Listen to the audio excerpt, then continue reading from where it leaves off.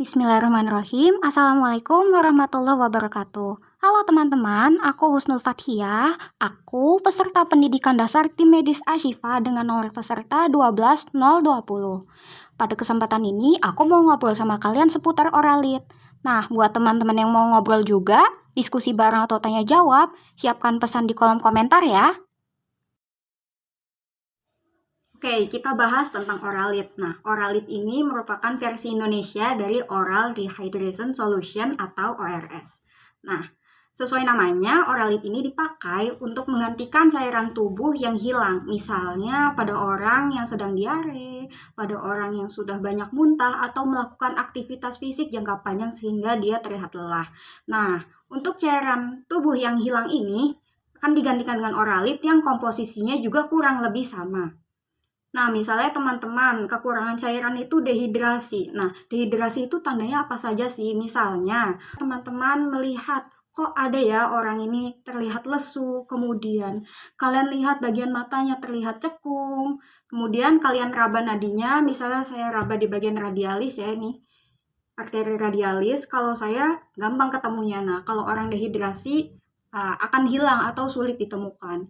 Kemudian kalian lakukan cubitan kulit, misalnya sebelah punggung tangan. Nah, kalau punya saya, ini kembalinya sangat cepat ya teman-teman, di bawah 1 detik. Tapi kalau orang dehidrasi bisa lebih dari 1 detik atau 2 detik. Nah, dehidrasi ini termasuk kasus yang darurat teman-teman. Oleh karena itu, penting bagi kita untuk mempelajari bagaimana cara mengatasi orang dengan dehidrasi, khususnya dengan cairan oralit. Oke, selanjutnya kita akan belajar gimana cara bikin oralit. Tapi sebelumnya, aku mau kasih tahu ke teman-teman, selama di apotek terdekat masih ada oralit saset, lebih baik kalian beli saja oralit tersebut. Tapi kalau nggak ada, misalnya dalam keadaan darurat, teman-teman boleh deh bikin oralit sendiri di rumah. Oke, kemudian bahan-bahannya apa aja kalau mau bikin oralit di rumah? Pertama kita ada garam, kemudian ada juga gula, dan ada juga baking powder. Oke, pertama tangan kalian harus bersih. Pasti dong sebagai tenaga medis di lapangan atau alam terbuka, tangan kita harus bersih sebelum menggunakan alat bahan yang diberikan kepada pasien. Teman-teman udah hafal kan cara cuci tangan 6 langkah WHO? Lalu teman-teman masukkan gula sebanyak 2 sendok makan, garam sebanyak setengah sendok teh, baking soda setengah sendok teh juga. Tambahkan air sebanyak 1 liter. Aku punya gelas takar 500 ml nih teman-teman, jadi aku bakal pakai 2 kali ya.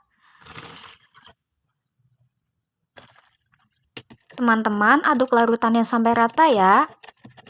Oralit siap diminum. Selanjutnya muncul deh pertanyaan, emang kira-kira oralit segede itu diminum 1 kali glegek?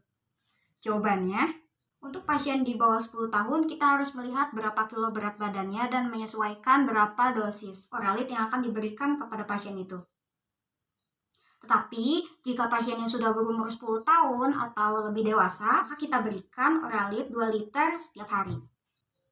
Nah, oralit ini dia dapat bekerja 3-4 jam setelah dikonsumsi teman-teman. Maka pada jam-jam tersebut jangan sampai pasiennya kita tinggalin. Siapa tahu dia muncul beberapa gejala lagi seperti diare atau muntah. Nah, ketika pasien mengalami diare atau muntah, kita berikan kembali oralit kepada dia. Terus ada pertanyaan lagi, kalau oralitnya ada sisa, boleh nggak ya buat besoknya? Nah, teman-teman jangan salah, oralit ini tidak boleh dibiarkan lebih dari 24 jam. Jadi, kalian harus bikin yang baru kalau sudah lebih dari 1 hari. Kemudian ada lagi pertanyaan, kan ini setiap hari dikasih 2 liter oralit ya, berarti boleh nggak sih kalau kita kasih terus-menerus? Jawabannya, kalau misalnya pasien tidak mengalami perubahan gejala dalam 3 hari berturut-turut, jangan sungkan untuk cerita dan curhat kepada dokter supaya segera mendapatkan penanganan yang tepat. Kalian pasti ingin memberikan kontribusi yang banyak ya kepada pasien, tetapi untuk kompetensi yang lebih tinggi, kalian harus bertanya kepada dokter yang lebih berpengalaman. Sip, itu dia penjelasan seputar oralit dari aku. Jangan lupa like ya teman-teman. Selain itu, mari kita doakan pasien agar segera diberikan kesehatan oleh Allah setelah diberi penanganan. Billahi taufiq wal hidayah. Wassalamualaikum warahmatullahi wabarakatuh. Sampai jumpa.